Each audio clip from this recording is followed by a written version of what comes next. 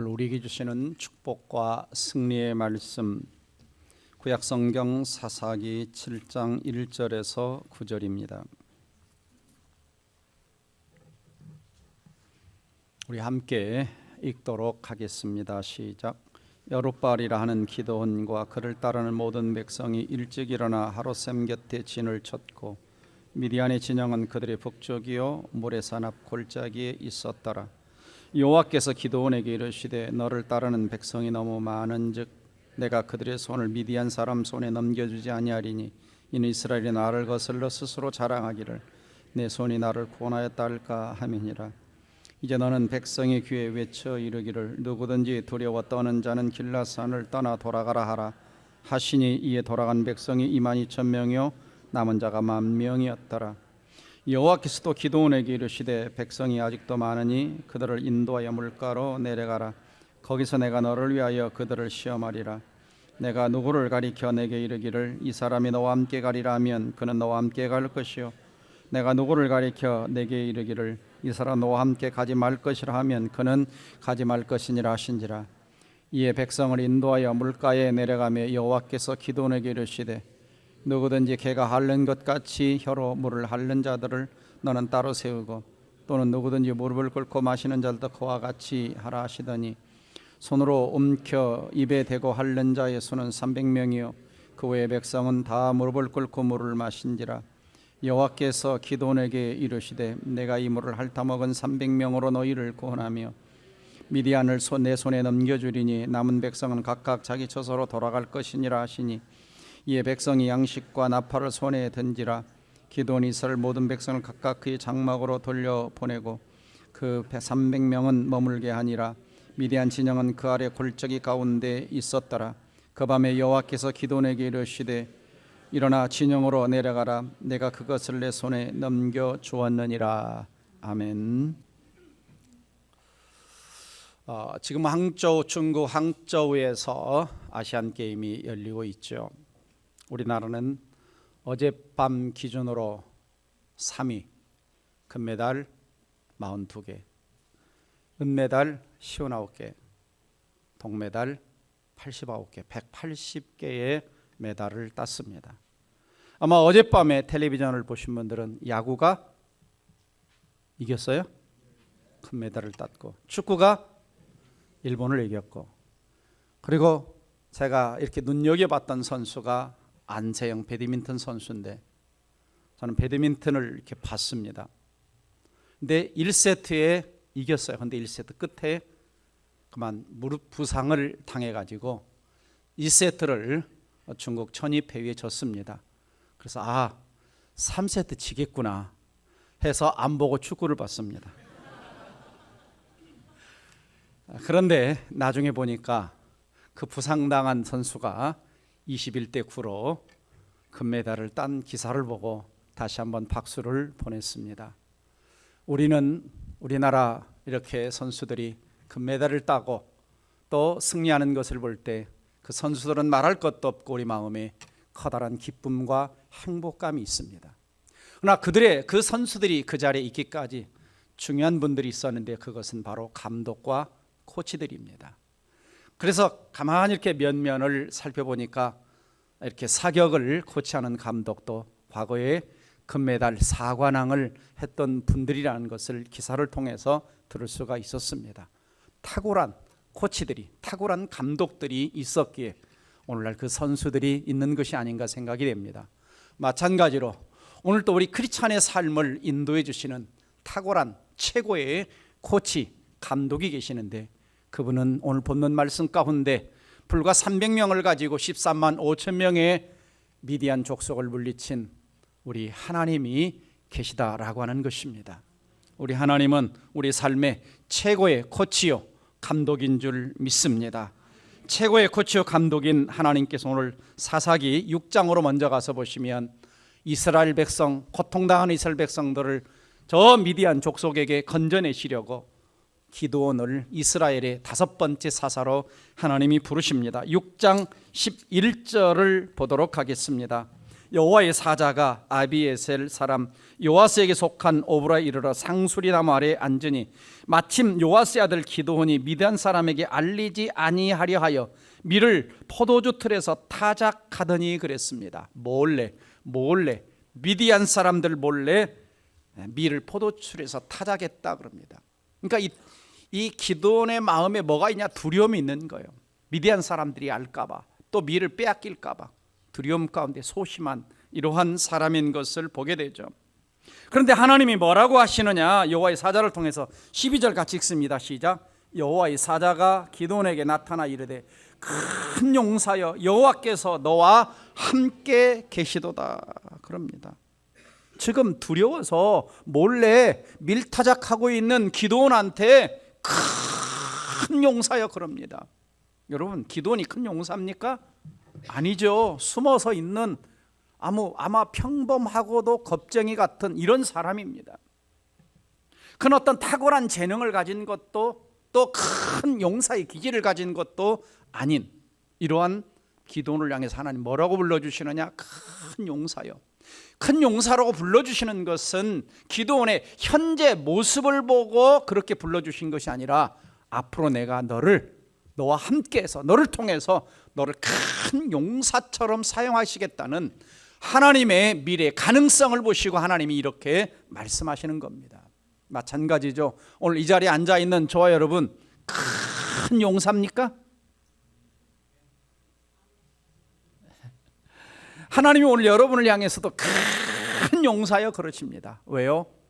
앞으로 하나님이 우리와 함께 하시면 우리 안에서도 우리를 통해서도 엄청난 하나님 나라와 역사를 위한 잠재적 어떤 가능성, 미래의 가능성이 나타날 것을 우리 하나님이 믿기 때문인 줄 저는 믿습니다. 여러분에게도 무한한 가능성이 있죠? 이런 이야기가 있습니다. 미켈란젤로 아시죠? 유명한 조각가, 다윗상을 조각했던 친구랑 둘이 길을 걷다가 큰 바위를 보자 그 바위 앞에서 덩실덩실 춤을 추었다고 합니다. 그러자 친구가 묻습니다. 여보게 뭘 보고 그렇게 춤을 추는가? 그러자 미켈란젤로가 대답합니다. 아니, 자네는 저 바위에 다윗이 춤추고 있는 것이 보이지 않는가? 법궤가 왔을 때 팍 옷이 벗겨진 줄도 모르고 춤추는 다윗이 보이지 않는가? 이렇게 이야기를 했다고 합니다.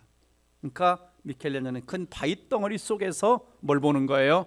춤추는 다윗, 하나님을 찬양하는 다윗의 모습을 보고 있는 것입니다. 그렇죠? 현재 우리의 모습은 하나님 앞에 연약하고 보잘것없고 힘이 없어 보인다 할지라도 하나님이 함께 하시면 하나님은 저와 여러분을 통해서 하나님 나라와 이 역사 가운데 위대한 일을 행하실 줄 믿으시기를 주의 이름으로 축원합니다.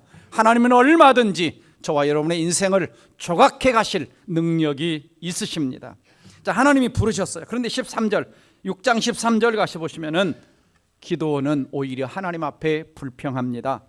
기드온이 그에게 대답하되 오 나의 주여 여호와께서 우리와 함께 계시면 어찌 모든 일이 우리에게 일어났나이까? 또 우리 조상들이 일찍이 우리에게 이르기를 여호와께서 우리를 애굽에서 올라오게 하신 것이 아니냐 한 그 모든 이적은 어디 있습니까? 이제 여호와께서 우리를 버리사 미디안의 손에 우리를 넘겨주지 않으셨습니까? 하나님 우리를 버리셔놓고 미디안 손에 넘겨놓고 아니 나를 큰 용사라니 하나님 이게 말이 됩니까? 막 하나님 앞에 이렇게 원망 불평적으로 이렇게 털어놓죠. 근데 하나님은 여기에 응답하지 않으시고 오히려 14절에 다 같이 읽습니다. 시작. 여호와께서 그를 향하여 이르시되 너는 가서 이 너의 힘으로 이스라엘을 미디안의 손에서 구원하라. 내가 너를 보낸 것이 아니냐. 자, 여기서 우리가 착각하면 이 너의 힘으로라고 하는 것은 네 힘만으로 이렇게 생각할 수 있는데 내가 너에게 준 힘으로 아마 이런 의미가 들어있는 것이 아니겠습니까? 왜냐하면 내가 너를 보낸 것이 아니냐. 이 속에 이 너의 힘이라는 것은 내가 너에게 준 힘 가지고 가서 너 싸워라, 승리한다, 이긴다. 하나님 이렇게 말씀하시는 것입니다. 그러자 기도는 또 이렇게 반문합니다. 15절입니다. 그러나 기드온이 그에게 대답하되 오 주여 내가 무엇으로 이스라엘을 구원하리까? 보소서 나의 집은 므낫세 중에 극히 약하고 나는 내 아버지 집에서 가장 작은 자입니다. 자, 여기서 우리가 이 기드온의 모습 속에서 보는 것이 뭡니까? 내가 무엇으로 이스라엘을 구원하리까? 내가 나의 집은 문하세 중에 극히 약하고 나는 내 아버지 집에서 가장 작은 자입니다. 자, 여기 뭐가 들어가야 돼요? 나는 가장 작은 자고 또 부족하지만 하나님이 함께 하시면 가겠습니다 이렇게 되는데 하나님이 빠졌어요. 하나님 빠졌어요. 여전히 기도는 뭘 붙들고 있느냐? 자기 힘, 자기 방법, 자기 가문, 자기 상황, 자기 능력, 자기 지혜 이것만 붙들고 적군을 생각하니까 이건 게임이 안 되는 거예요. 내 방법만 가지고 내 힘만 가지고 내 지혜만 가지고 지금 싸우려고 하는 겁니다. 자, 여러분, 우리는 우리의 힘과 우리의 방법과 우리의 지혜로 하나님 이 땅을 다 살아가라고 말씀하지 않으십니다. 하나님 우리에게 뭐라고 말씀하십니까? 우리와 함께 하시겠다는 거죠. 중요한 것은 뭐냐면 하나님이 뭔가 하라 그랬으면은 내게 능력이 있냐, 경험이 있냐, 어떤 달란트가 있냐, 그거 이전에 중요한 것이 뭐냐? 하나님의 부르심에 믿음으로 순종하는 겁니다. 믿음으로 순종하는 거예요. 자, 하나님이 저와 여러분을 어떤 일에 부르실 때 여러분을 모르실까요? 자, 지난주 어떤 하나님이라고 배웠어요? 지난주에 한참 생각해야 되죠. 지난주에 창세기 1장 1절 이야기했잖아요. 어떤 하나님? 창조주 하나님, 나를 만드신 하나님. 그러면 하나님이 나를 부르실 때 내 성격, 기질, 달란트, 내 능력, 내 지혜, 내가 가진 거 하나님이 모르고 부르시겠습니까? 아니죠. 아시는 겁니다. 그래서 하나님은 나를 부르실 때 내게 능력이 없으면 능력을 주실 수가 있고 방법이 없으면 방법을 주실 수가 있고 힘이 없으면 힘을 주실 수가 있는 겁니다. 아멘. 그분이 하나님이죠. 근데 우리는 자꾸 하나님 뭔가 문제를 내면 뭐 하고 있습니까? 주판을 튕기고 있는 거예요. 수학적으로 계산하고 있는 거예요. 아, 이거 수학적으로 안 되는데 저 군대는 너무 많고 우리는 힘이 없고 나는 너무 약하고. 여러분, 하나님이 문제를 내실 때는 수학적으로 계산하라고 문제를 내시는 것이 아닙니다. 여러분, 신앙생활은 수학적으로 하는 것이 아니라 신앙생활은 믿음으로 하는 겁니다. 전능하신 하나님을 신뢰하고 하는 것이 신앙생활입니다. 근데 우리는 자꾸만 어떤 문제와 상황 앞에서 내가 가진 것이 뭐냐, 내 방법이 뭐냐, 내 힘이 뭐냐, 내 지혜가 뭐냐, 내 달란트가 뭐냐, 이걸 먼저 생각해요. 그러니까 안 된다고 생각을 하는 겁니다. 안 돼. 나는 안 돼. 나는 안 돼. 그래서 이 기도를 가만히 보면 이미 자기 마음속에 뭐냐, 내 마음에 장벽을 딱 치고 있어요. 내 생각 속에 하나님을 이미 가두고 있습니다. 내 생각 넘어, 내 마음 넘어 한계가 없는 그 하나님을 받아들이지 못하고 있어요. 여러분, 하나님의 일을 할 때, 하나님 부르심 받았을 때 우리는 내 생각의 한계를 뛰어넘어야 됩니다. 내 마음의 장벽을 뛰어넘어야 됩니다. 한계 넘어 계신 하나님을 바라봐야 됩니다. 그것이 우리 할 일이에요. 하나님이 말씀하시죠. 16절 다 같이 읽습니다. 시작. 여호와께서 그에게 이르시되 내가 반드시 너와 함께하리니 내가 미디안 사람 치기를 한 사람을 치듯 하리라 하시니라. 내가 미디안 사람 칠 때 한 사람 치듯 하리라. 반드시 너와 함께하리니. 자, 이 말씀 무슨 뜻인가요? 내가 너와 함께한다. 그 말은 뭐예요? 내가 싸워주겠다는 거예요. 그러니까 너는 나만 뭐 하라는 거예요? 신뢰하라는 거예요. 그 다음에 한 사람 치듯 한다는 건 뭐예요? 아무리 저 대적들이 숫자가 많아도 너 한 사람하고 상대할 수 있지. 그냥 한 사람 치듯이 수십만 명 너 이기게 하실 수 있어. 하나님 지금 그렇게 말씀하시는 거예요. 자, 이 정도 됐으면 뭐 합니까? 그냥 순종하고 가면 되잖아요. 순종하고 가면 돼요. 사무엘상 14장 6절을 보면요, 14장 6절을 보면 요나단이 이렇게 말합니다. 요나단이 자기 무기를 든 손이 이르되 우리가 이 할례 받지 않은 자들에게로 건너가자. 여호와께서 우리를 위하여 일하실까 하노라. 여호와의 구원은 사람이 많고 적음에 달리지 아니하였느니라. 여호와의 구원은 사람의 많고 적음에 달려있지 않는다. 숫자에 달려있지 않다는 것입니다. 자, 여러분은 어떠세요? 여러분 앞에 어떤 상황, 어떤 문제, 어떤 장벽, 어떤 어려움이 여러분 앞에 있습니까? 그리고 여러분은 그 문제를 바라보는 시각은 어떤 시각으로, 어떤 눈으로, 어떤 태도로 바라보십니까? 종종 안타까운 것은 뭐냐면 하나님의 생각은 우리 생각과 다르고 하나님의 목적은 우리의 목적과 다른데 우리는 자꾸 인간의 눈만, 인간의 생각만, 하나님을 계산해 놓지 못하고 바라보는 우리의 습관이 있습니다.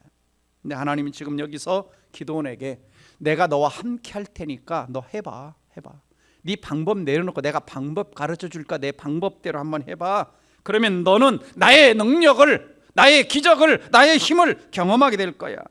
이렇게 말씀하고 계시는 겁니다. 종종 우리 이런 생각을 하죠. 문제가 작을 때는 괜찮다고 생각을 하다가 문제가 커지면 이건 하나님도 못하실 거야 라는 생각을 하게 됩니다. 점점 어렵게 생각을 하죠. 자, 예수님께서 물고기 5마리와 보리떡 2개를 가지고 5,000명을 먹이라 그러시잖아요. 자, 여러분 어떻게 생각하겠어요? 주시면서 가서 떼어서 나눠주라 그럴 때 여러분 어떻게 하시겠어요? 하시겠습니까? 네. 예수님 이것 가지고 어떻게 5,000명 먹이라고 합니까? 근데 딱 순종해서 떡을 떼어주자 또 생기고 물고기를 나눠주자 또 생기고. 여러분 머리로 이해가 됩니까? 주님 하시는 방법이 머리로 이해가 돼요? 우리가 할 일은 뭐냐? 그것이 하나님의 뜻이고 그것이 하나님의 명령이고 그것이 주님의 말씀이면 내가 할 일은 뭐냐? 토를 달고 변명하는 것이 아니라 순종하는 거예요. 믿어드리는 겁니다. 그러면 누가 일하시느냐? 하나님이 일하시는 겁니다. 하나님이 일하시는 거예요. 드디어 이제 그 뒤에 과정을 좀 건너뛰어서 7장으로 넘어갑니다. 이제 여룻발이라는 기드온과 그를 따른 모든 백성이 일찍 일어나서 하롯셈 곁에 진을 쳤다 그랬어요. 진을 쳤다. 그래서 이제 그들이 이제 미디안 족속과 이제 한판 벌일 전쟁터에 섰습니다. 그러면 지금 이스라엘 백성은 몇 명이고 싸워야 될 미디안 족속은 몇 명일까? 자, 7장 12절 봅니다. 7장 12절 보시면 미디안과 아말렉과 동방의 모든 사람들이 골짜기에 누웠는데 얼마나 많아요? 메뚜기의 많은 수와 같고 그들의 낙타의 수가 많아 해변에 모래가 많은 것 같습니다. 낙타가 해변에 모래 같다. 와, 이럴 때 뭐라 그러죠? 음매 기죽어, 이런 말을 쓰죠. 엄청납니다. 엄청나. 그래서 그 숫자가 얼마나 되냐면 8장 10절 가서 봅니다. 8장 10절 가서 보시면 이때에 세바와 살문나가 갈골에 있는데 동방 사람의 모든 군대 중에 칼든 자가 몇 명? 12만 명이 죽었고, 그러니까 칼든 자들이 12만 명. 그 다음에 남은 자만 15,000명가량은 그들을 따라와서 거기 있었다. 그러니까 최소한 여기에 나타난 숫자만 봐도 몇 명인 거예요? 미디안 군대가 13만 5천 명인 거예요. 여기 있는 숫자만. 아마 더 많은 숫자가 있었을 겁니다. 왜? 여기 보니까 미디안만 오는 게 아니에요. 그 다음에 동방의 족속들도 같이 지금 쳐들어오는 겁니다. 자, 이런 상황입니다. 근데 자, 하나님 뭐라고 말씀하시냐? 2절 가서 봅니다. 7장 2절로 가서 봅니다. 여호와께서 기드온에게 이르시되 너를 따르는 백성이 뭐라 그래요? 너무 많아 그럽니다. 너무 많아. 자, 이스라엘 백성은 몇 명인가? 3절 볼까요? 이제 너는 백성의 귀에 외쳐 이르기를 누구든지 두려워 떠는 자는 길앗산을 떠나 돌아가라 하시니 이에 돌아간 백성이 22,000명이요 남은 자가 10,000명이었더라. 그러니까 지금 이스라엘 군대는 몇 명? 32,000명이에요. 근데 지금 적군은 몇 명? 13만 5천 명이에요. 근데 하나님이 너무 많다 그럽니다. 그 말을 들었을 때 아마 기드온의 마음은 철렁 내려앉았을 거예요. 아니, 지금도 저들에 비하면 4분의 1 숫자도 안 되는데 많다? 너무 많다는 겁니다. 그래서 여기서 하나님이 어떤 사람을 돌려보내라고 그러냐면 3절 보니까 두려워 떠는 자는 돌려보내라. 두려워 떠는 자. 자, 이미 하나님께서는요 전쟁에 나갈 때 갓 결혼한 사람 전쟁 내보내지 마라. 1년 놀게 만들어라. 1년 놀게 만들어라. 그래서 우리 지난번에 결혼한 형제 1년 놀아야 되는데 1년 놀으라 그랬어요. 전쟁터도 나가서 군대 보내지 말라 그랬어요. 군대 보내. 근데 신명기 10장 8절 보면 어떤 사람도 전쟁터 보내지 말라 그러느냐? 책임자들은 또 백성의 말하 이를 두려워서 마음이 허약한 자가 있느냐? 그는 집으로 돌아갈지니 그의 형제들의 마음도 그의 마음과 같이 낙심될까 하노라. 그러니까 막 마음이 허약해가지고 막 두려워. 이거 전쟁 나가 죽으면 어때? 이런 사람이 있으면 돌려보내래. 왜? 이 사람 때문에 옆 사람도 전염되니까. 야야야, 가도 안 돼, 가도 안 돼. 쟤들 봐봐, 13만 5천 명이야. 우리는 게임도 안 돼. 이렇게 막 전염시키니까 다 돌려보내. 몇 명이 돌아갔어요? 2만 2천 명이 돌아갔어요. 2만 2천 명. 자, 여러분이 2만 2천 명에 속할까 아니면 남은 1,000명에 속할까 생각하셔야 돼. 그래서 몇 명이 남았어요? 10,000명이 남았어요. 4절 봅니다. 여호와께서 또 기도원에 이르시되 백성이 뭐래요? 아직도 많으니 그럽니다. 아니 이제 지금 13대 1이 됐어요. 13.5대 1이 됐어요. 그러니까 한 명이 13명 반하고 싸워야 되는데 아직도 많다 그러십니다. 아직도 많다. 그리고 물가로 내려가죠. 물가로 데려가가지고 어떤 사람을 남깁니까? 5절 보시면 이에 백성을 인도하여 물가에 내려가며 여호와께서 기둥 이르시되 누구든지 뭐가 핥는 것 같이 개가 핥는 것 같이 혀로 물을 핥는 자들을 너는 따로 세우고 또 누구든지 무릎을 꿇고 허겁지겁 무릎 꿇고 마시는 자들도 그와 같아 하시리니 6절 보니까 손으로 움켜 입에 대고 핥는 자의 수가 손으로 개처럼 이렇게 물을 떠서 고양이처럼 개처럼 이렇게 먹는 자의 수가 몇 명? 300명. 그 다음에 막 엎드려가지고 물을 막 허겁지겁 먹는 사람은 다 9,700명은 집으로 돌려보내라. 지금 몇 명만 합격했어요? 300명. 자, 그러면 몇 대 1이요? 자, 300명 대 3만 명이면 100대 1, 6만 명이면 200대 1, 9만 명이면 300대 1, 12만 명이면 400대 1, 그 다음에 5,000명. 하여간 한 50대 1 정도 되나요? 와. 그러니까 지금 한 명하고 450명하고 싸워야 돼요. 그러니까 예를 들면 저 한 사람하고 우리 성도들 전체하고 지금 싸우는 게임이 되는 거야. 게임이 됩니까? 전쟁터 가서 죽으라는 거죠. 하나님 하라고 그럽니다. 왜요? 2절 다시 가서 봅니다. 7장 2절. 자, 하반절 보시면 이는 다 같이 이스라엘이 나를 거슬러 스스로 자랑하기를 내 손이 나를 구원하였다 할까 함이니라. 숫자가 많으면 하나님이 도와주셔서 이긴 게 아니고 우리가 숫자가 많아서 우리가 힘이 있어서 우리가 능력이 있어서 우리가 전략이 뛰어나서 이긴 거야. 하나님의 영광을 가리는 겁니다. 그래서 지금 하나님은 여기서 숫자가 전쟁에서 꼭 이기는 것이 아니라는 걸 가르쳐줍니다. 그래서 인간이 계산하고 있는 숫자를 하나님은 무시해버리는 겁니다. 무시하는 거예요. 그리고 왜 이렇게 하시느냐? 내 손이 나를 구원하였다 할까 함이라. 이 말은 무슨 말이에요? 인간이 영광 받아버리니까. 누가 영광 받아야 돼요? 전쟁을 통해서 하나님이 영광 받으세요. 자, 우리가 기억해야 될 굉장히 중요한 사상은 뭐냐면요, 지금 이 전쟁은 이스라엘 백성들이 단지 살아남아야 하는 전쟁만이 아닙니다. 자기 민족과 백성을 건져내야만 하는 차원에서만 있는 전쟁이 아니고 지금 이 전쟁을 통해서 하나님이 살아계시느냐 안 살아계시느냐라고 하는 것을 이스라엘 백성들과 이방 민족들에게 하나님의 살아계심을 보여주는 전쟁입니다. 하나님 백성들이 삶의 현장에서 살아가는, 내가 이 땅 가운데 삶의 현장에서, 일터 현장에서 잘 돼야 되고 승리해야 되고 이겨야 되고 성공해야 된 이유 중에 하나가 뭐냐? 하나님의 영광인 것이죠. 그분의 이름이 드높아져야 되는 겁니다. 그분의 이름이 가려지면 안 되는 것입니다. 지금 전쟁의 진정한 목적은 어디 있느냐? 단지 내가 평안하고 내가 잘 먹고 잘 살고 내 가족이 잘 사는 데만 그 이유가 있는 것이 아니라 하나님의 영광입니다. 하나님의 나라입니다. 하나님의 기쁨입니다. 이걸 우리가 잊어버리면 안 돼요. 이걸 잊어버리면 우리는 육신의 한계 속에서, 내 가족의 한계 속에서, 내 안녕과 행복 속에서만 살아가는 인본주의자가 되어버리는 겁니다.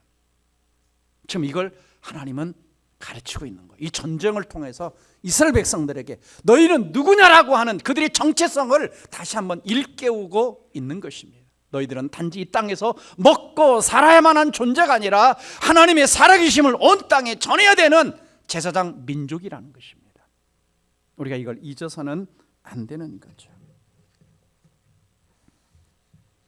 오히려 하나님은 숫자가 많으면 내가 너희를 안 쓰겠다 그럽니다. 숫자가 많으면 안 쓰겠다. 우리는 그렇습니다. 뭔가 세력이 모이고 숫자가 많고 힘이 있고 돈이 모여야 하나님이 쓰실 수 있다는 이런 생각을 좀 내려놔야 돼요. 하나님은 돈을 통해서 일하시는 것이 아니라 믿음의 사람을 통해서 일하시는 겁니다. 여러분, 과거에 이스라엘과 아랍의 6.1 전쟁이 있었던 과거의 역사 아시는 분들은 아실 겁니다. 6.1 전쟁이 딱 터졌어요. 이스라엘 백성은 300만 명입니다. 이스라엘은. 근데 아랍은 1억 명이에요. 이게 게임이 됩니까? 숫자적으로 게임이 됩니까? 또 이스라엘은 강원도 많아요. 아랍은 어마어마하게 땅덩어리도 커요. 인구와 모든 면에 게임이 안 됩니다. 근데 미국 대학교에서 전쟁이 딱 터졌는데 미국 대학 기숙사에서 이상한 일이 벌어졌습니다. 학생들이 다 사라진 거예요. 이스라엘 대학생과 아랍 학생들이 사라진 겁니다. 왜요? 이스라엘 대학생들은 자기 나라 전쟁터에 가서 싸우기 위해서 갔고, 아랍의 젊은 대학생들은 자기를 징집할까 봐 도망가려고 기숙사에 사라진 거죠. 벌써 여기서 전쟁이 판가름 난 거죠. 마음의 태도와 자세 속에서. 지금 어제도 팔레스타인 쪽에서 수백 발의 지금 폭탄을 이스라엘 쪽에 지금 쏘아댔고, 지금 이스라엘 쪽도 지금 공격을 하고 있는 어떤 면에서 전쟁 상황이 지금 이스라엘 땅에 벌어졌습니다. 아마 또 어떻게 끝날지, 어떻게 전개될지 우리가 모르지만, 종종 우리 사람들은 그렇습니다. 어떤 하나님의 일을 하려고 할 때, 신앙생활을 할 때 너무 숫자의 세상적인 가치에 매여 있습니다. 과거에 유명한 고대 그리스 수학자이며 철학자인 피타고라스가 이런 얘기를 했어요. 앞으로 다가올 시대의 가장 강력한 신은 숫자가 될 것이다. 돈이 얼마나 많으냐, 인구가 얼마나 많으냐, 무기가 얼마나 많으냐, 힘이 얼마나 많으냐, 권력이 얼마나 많으냐, 숫자가 얼마나 많으냐, 이 숫자가 힘이 될 것이다. 숫자가 신이 된다 그랬습니다. 이 시대가 그렇죠. 이 시대가 그렇죠. 여러분, 지금 아시안게임 하는데 중국은 13억 명, 15억 명에서 선수를 뽑아내요. 인도 15억 명에서 선수를 뽑아내요. 그래서 중국이 1등이죠. 인도가 4등입니다. 우리나라가 3등. 맨파워. 이게 세상의 가치예요. 그러나 하나님은 세상의 가치대로 일하지 않는다는 걸 예수 믿는 사람은 인식해야 됩니다. 하나님은 숫자 가지고 일하는 것이 아니라, 세상의 힘 가지고 일하는 것이 아니라, 믿음의 사람들을 통해서, 하나님을 신뢰하는 사람들을 통해서, 하나님을 의지하는 사람들을 통해서, 하나님 말씀을 붙드는 사람들을 통해서 하나님은 일하시는 겁니다. 이걸 우리가 잊어버리면 계속해서 자꾸 세상적인 방법을 자꾸 추구하는 거. 왜 그러냐? 하나님을 의지하는 믿음이 약해지니까. 하나님을 의지하는 신앙심이 약해지니까. 그래서 제가 다음에 말씀을 증거할 때 좀 셀프 신앙 테스트에 대해서 좀 전하려고 그래요. 셀프 신앙 테스트. 나 스스로 내 신앙이 진짜인가 가짜인가, 내 신앙의 감정을 좀 들여다보면서 내 신앙이 진짜인가 가짜인가 좀 스스로 좀 테스트해보라.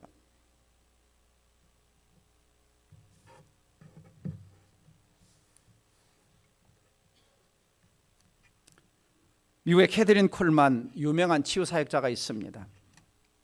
가는 곳마다 많은 병자를 고쳤죠.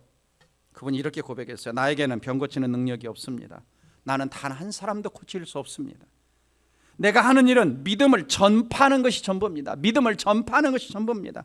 하나님께서 직접 믿는 자를 고쳐주십니다. 나는 다만 하나님께서 역사하실 때 옆으로 비껴서서 도와드리는 것뿐입니다.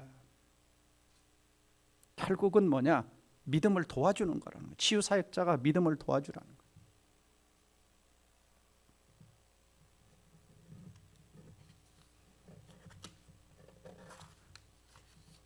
우리 가운데 세 종류의 사람이 있다고 사람들은 말하죠. 사람들 가운데 방해되는 사람, 짐이 되는 사람이 있고, 있으나 마나한 사람이 있고, 꼭 필요한 사람이 있다고 합니다. 여러분, 어떤 사람입니까? 두려워 떨고 집으로 돌아가는 사람들은 짐이 되는 사람, 방해가 되는 사람이죠. 두려워 떨고 다른 사람 낙심하는 거니까. 그 다음에 또 물가에 데려가서 합격하지 못한 9,700명은 또 있어도 쓰임받지 못한 사람이죠. 300명은 어떤 사람입니까? 꼭 쓰임받은 사람이죠. 꼭 쓰임받은 사람.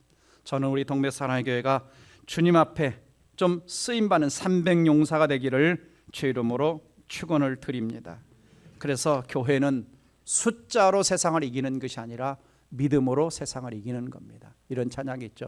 믿음이 이기네, 믿음이 이기네, 주 예수를 믿음이, 그 다음에 온 세상이 이기네. 아멘. 네. 그래서 이제 몇 명 남았어요? 300명 남아서 전쟁을 치르게 되는 겁니다. 300명 남아서 전쟁을 치르게 되는데, 자, 여러분 한번 생각해 보세요. 마지막으로 이제, 자, 300명이 딱 남았어. 여러분이 지금 기도원이야. 근데 300명이요. 근데 적군 생각해 보니까 몇 명이요? 13만 5천 명이요. 무슨 마음 들어요, 여러분? 무슨 마음 들어요? 야, 내일 아침이면 이제 이 300명 데리고 13만 5천 명하고 싸워야 되는데 무슨 생각 들겠어요? 기가 막히죠. 기가 막히죠. 하나님 아무리 생각해도 이해가 안 되는 거예요. 도대체 기가 막힌 거죠. 죽으라고 하는 건가? 근데 하나님이 나타나십니다. 9절 봅니다. 7장 9절. 자, 중요한 말씀을 하시죠. 7장 9절 시작. 그 밤에 여호와께서 기도에 이르시되 일어나 진영으로 내려가라. 내가 그것을 내 손에 넘겨 주었느니라.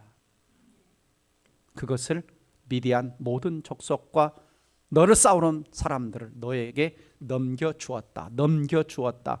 하실 것이다 아니야. 이미 주었다 그럽니다. 마치 여호수아 1장에서 여호수아가 가나안 땅을 들어갈 때 이미 네가 발로 밟는 땅을 너에게 주었다 하신 것처럼, 왜? 하나님이 확실하게 행하실 것에 대해서는 성경을 보면은 미래지만 과거형처럼 자주 말씀하십니다. 하나님 행하실 것을 너 손에 넘겨줬다. 자, 그럼 기도는 뭐만 하면 돼요? 약속 말씀 붙들고 하나님 의지하고, 하나님이 이렇게 100명씩 나눠가지고 그 다음에 횃불과 항아리 들고 하라고 하신 방식대로만 가면 되는 거예요. 그래서 전쟁에 나갈 때도 뭐 가지고 가라 그러죠? 횃불과 항아리, 나팔, 이거 들고 전쟁터 갑니다. 여러분 생각해 보세요. 전쟁터 가면 뭐 들고 가야 돼요? 총칼 들고 가야 되는데 이해가 안 되죠. 그 속에는 다 뭐가 들어있습니까? 나만 의지하라. 이 전쟁은 내가 싸워서 이기게 해주신다는 겁니다. 여러분 전체 구약의 하나님 백성들의 역사 보세요. 역사를 보면 그들이 군대가 많아서 힘이 세서 무기가 좋아서 전쟁에 이긴 게 아닙니다. 하나님이 도와주셔서, 하나님이 함께 하셔서, 하나님이 인도하셔서 이긴 전쟁인 것입니다. 그래서 우리 이런 찬양 부르죠. 약할 때 강함 되시네, 나의 보배가 되신 주, 주 나의 모든 것, 쓰러진 나를 세우고 나의 빈 잔을 채우네, 주 나의 모든 것. 1부 때는 무슨 찬송 부른지 아세요? 예수는 나의 힘이요. 예수는 나의 힘이요. 아멘. 우리가 할 일은 뭐냐? 그냥 주님 앞에 내 약하면 약한 대로, 부족하면 부족한 대로, 있으면 있는 대로 내려놓으면 하나님이 그것 가지고 사용해 가시는 겁니다. 보리떡 5개, 물고기 2마리, 비록 보잘것없지만 그것이 주님의 손에 들려질 때에 엄청난 군중을 먹인 것처럼 나의 있는 그대로, 연약한 그대로, 작은 자면 작은 자 그대로, 부족하면 부족한 그대로 주님 앞에 맡겨드리고 믿음으로 맡겨드리고 그분을 신뢰할 때, 그분의 방법을 의지할 때 주님은 이기게 하시는 겁니다. 하나님 백성들은 세상을 살아갈 때 돈이 필요하죠. 건강이 필요하죠. 지식이 필요합니다. 근데 하나님 백성들에게는 플러스 알파가 있어요. 뭘까요? 예수님 이런 말씀하셨죠. 마태복음 4장 4절에 사람이 떡으로만 사는 것이 아니요 하나님의 입으로 나오는 모든 말씀으로 살 것이니라 그랬습니다. 떡으로만 사는 것이 아닙니다. 세상 지식, 무기, 힘만 가지고 하나님 백성은 이기는 것이 아니라 하나님 백성은 말씀 붙들면, 말씀 붙든다는 건 누구를 붙드는 거예요? 하나님 붙드는 거예요. 그것이 하나님 백성이 이 땅을 살아가는 방식이다라고 주님이 말씀하고 있습니다.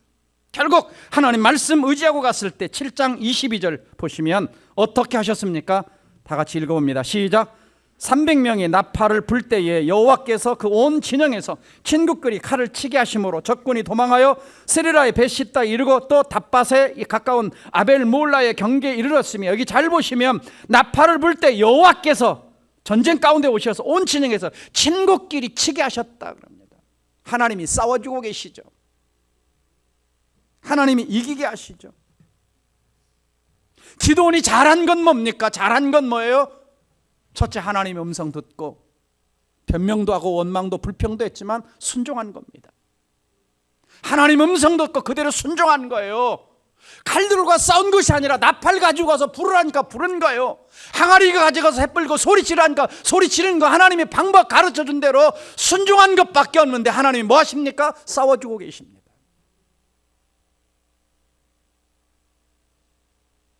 우리가 피를 흘리지 않게 하시고 하나님이 싸워주시는 거예요.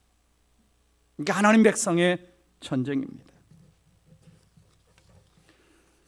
사랑하는 성도 여러분, 우리는 이런 찬송을 부릅니다. 찬송가 384장에 믿음으로 사는 자는 어디로 받겠네? 하늘이로 받는 건 하나님이 주신다는 거죠. 믿음으로 사는 자는 하늘이로 받겠네. 무슨 일을 만나든지 만사형통하리라. 이 찬송가 가사를 누가 쓴지 아세요? 앞을 못 보는 화니 제이 크로스비라고 하는 맹인 여인이 쓴 겁니다. 6개월 때 가정부의 실수로 맹인이 됐죠. 한때 불평하기도 했지만 할머니가 믿음으로 키웠어요. 그리고는 하나님의 은혜를 깨닫고 이런 고백을 하죠. 만약 하나님이 나에게 시력을 허락해 주신다고 해도 나는 안 받으리옵니다. 하늘나라에 가면 밝은 눈을 주실 터인데 세상에서 더럽히지 않는 깨끗한 눈으로 주님의 얼굴을 보렵니다. 나는 내 눈을 멀게 한 그 사람을 만나면 나는 그녀에게 한없는 감사를 드리겠습니다. 야, 엄청난 고백이죠. 그분이 쓴 가사 중에 하나가 뭐냐면 288장 세상과 나는 간 곳 없고 구속한 주만 보이도다. 이것이 나의 간증이요 이것이 나의 찬송일세. 나 사는 동안 끊임없이 구주를 찬송하리로다. 아멘. 바로 이것이 크리스찬의 삶의 모습입니다. 아까 우리 찬양팀과 함께 찬양을 부른 것처럼 이 눈에 아무 증거 아니 배어도 믿음만을 가지고 늘 거리며 이 귀에 아무 소리 아니 들려도 하나님의 약속 붙들고 사는 것이 크리스찬의 삶입니다. 왜요? 하나님이 일하실 것을 믿기 때문에. 말씀을 맺습니다. 사랑하는 성도 여러분, 어떤 인생의 거대한 미디안 족속 같은 장벽 앞에 서 있습니까? 이때 내 방법, 내 지혜, 내가 가진 것 가지고 싸우려고 하지 말고 조용히 주님 앞에 앉아서 하나님의 음성을 들으십시오. 그리고 하나님이 뭐라고 나에게 방법을 지시하시는지. 하나님은 이기게 하시면서 이긴다고 말씀만 하지 않으시고 때로는 하나님이 구체적인 싸우는 방법까지도, 승리하는 방법까지도 일러주시는 겁니다. 하나님은 저에게 개척만 하라고 말씀하지 않으시고 어느 장소에 개척하라고 하시고 하나님이 예배당을 지을 때 어떻게 하라고 하나님이 말씀하시는 겁니다. 어떤 목회를 하라고 말씀하시는 겁니다. 기도합시다. 사랑하는 성도 여러분, 조용히 묵상하십시오. 오늘 나에게 필요한 것은 물론 우리는 인간의 자원이 필요하고 숫자가 필요하고 때로는 물질도 필요하지만 진정 우리에게 필요한 것은 하나님을 의지하는 믿음입니다. 그리고 하나님 말씀하시면 순종의 발걸음을 내딛는 것입니다. 혹시 두려워 떨며 나는 돌아가 버리는 사람은 아닌지, 하나님 부르실 때 300용사처럼 주여 제가 여기 있습니다, 나를 사용하여 주시옵소서 쓰임받는 인생인지, 하나님이 필요로 할 때 내가 하나님께 생각나는 사람이 되게 하시고, 교회가 필요로 할 때 생각나는 사람이 되게 하시고, 하나님이 나를 써 주시옵소서. 이 말씀 붙들고 함께 통성으로 기도합니다. 다 같이 기도하겠습니다.